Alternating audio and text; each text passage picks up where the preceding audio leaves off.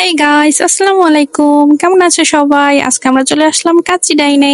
এটা বরিশালের একটা ব্রাঞ্চ। যেহেতু আমরা বরিশাল থাকি তাই বরিশাল ব্রাঞ্চে চলে গেলাম। ডেসক্রিপশন বক্সে দেওয়া থাকবে এটা লোকেশন। অনেকদিন ধরে ঘুরতে যাবো ভাবছিলাম কিন্তু যাওয়া হয় না, তাই ভাবলাম যে আজকে কাচ্চি ডাইনে যাই। নতুন এটা ব্রাঞ্চ খুলছে বরিশালে, তাই ভাবলাম যে এটা টেস্ট সম্পর্কে একটু তোমাদেরকে জানিয়ে দিই। অর্ডার করার জন্য মেনু কার্ডটা আমাদের কাছে দিল, তারপর আমরা অর্ডার করে দিলাম। এখানে যারা ওয়েটার ছিল তাদের ব্যবহার খুব ভালো ছিল, আর ডেকোরেশনটা জাস্ট অসাধারণ। আর সার্ভের সময় ওনারা খুব কেয়ারফুলি সার্ভ করছে সবকিছু। এখানে ওয়েটারকে জিজ্ঞাসা করতেছিলাম যে আপনাদের কোন ডেজার্টটা সব থেকে বেশি মজা হবে। উনি বলছে যে ফিরনিটা আপনার চাইলে টেস্ট করতে পারেন। ওনাদের আইটেমে অনেক কিছু ছিল, চুই ঝাল মাটন, চুই ঝাল বিফ, তারপর পোলাও, রোস্ট, অনেক কিছু ছিল।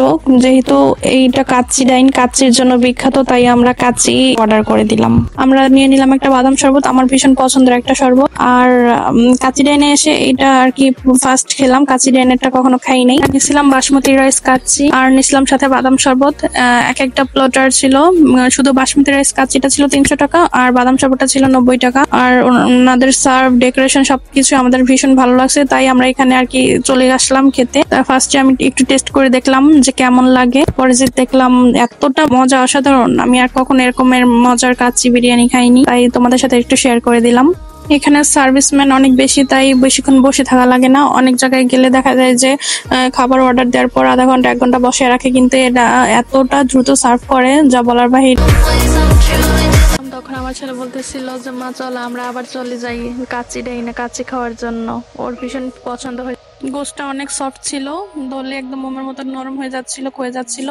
আর খেতে অনেক ভালো লাগছে। এখানে আমরা 2 টুকরো গোশ, 1 টুকরো হাড় সহ গোশ, ওটা ভীষণ বড় ছিল, আর 1 টুকরো আলু পেয়েছিলাম। আর শসা আনলিমিটেড ছিল, যে যতটুকু খেতে পারে। শসা, লেবু, মরিচ সবই ছিল। আমার ছেলেও খেয়ে বলে যে ভীষণ মজা হয়েছে। আর লাস্টে ওরা এইটা সার্ভ করছে, এটা কি জানি না, এটা ভিতরে অনেক কিছু ছিল, ওইটা ভীষণ ভালো লাগছিল।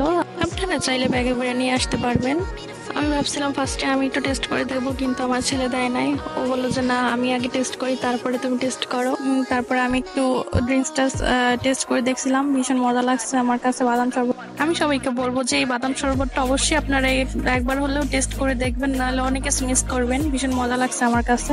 এই যে আমাদের খাওয়া দাওয়া শেষ, এখন আমরা চলে যাচ্ছি। পরের ভিডিওতে আবার আপনাদের সাথে দেখা হবে ইনশাআল্লাহ। আল্লাহ হাফেজ। নেক্সট ভিডিওর জন্য সাবস্ক্রাইব করে দাও। Thanks for watching this video.